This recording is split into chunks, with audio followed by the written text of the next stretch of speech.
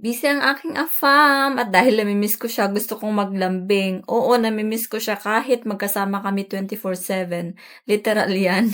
Kaya ayun sumiksik ako sa kanyang upuan habang busy siya, pero ang ending, abay siya pa ang nagpalambing. Gustong-gusto niya talaga kapag hinahaplos ko yung buhok niya, kinakamot ang likod, o minsan naman kaya pati paa niya.